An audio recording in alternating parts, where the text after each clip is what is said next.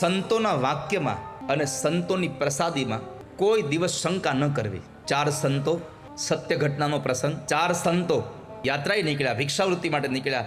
એક ઘરે ગયા અને ભિક્ષાવૃત્તિ માટે, તો અંદરથી સ્ત્રી આવે છે પણ રડે છે. એટલે સંતોએ પૂછ્યું કે માયા, કેમ દુઃખી થયા છો, શું થયું તમને?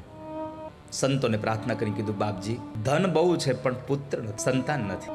મહાત્માજીએ પોતાની જોડીમાં હાથ નાખી અને એક ભભૂતની એક નાની એવી પડીકી કરીને આપી કે લેમાં, આ ભભૂત પી જાય તારે ત્યાં દીકરો થશે, પણ એક શરતે, આ ભભૂત ખાધા પછી તારે ત્યાં દીકરો થશે, હું 12 વર્ષે આવીશ, એ દીકરો મને આપી દેજે.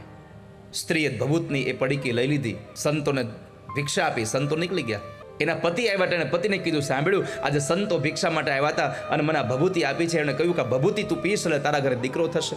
પતિ જરા આકરા સ્વભાવનો હતો. એણે કહ્યું કે તું આમાં ક્યાંય પડમાં આ ભભૂતિને પી અને તારું કંઈક નખો જ વીવ જશે, તું રહેવા દે આ બધું, આમાં તું આવા ચક્કરમાં ન પડીશ, છોડ આ બધું, નહીં પીતી તું. પોતાની પતિની આજ્ઞા માની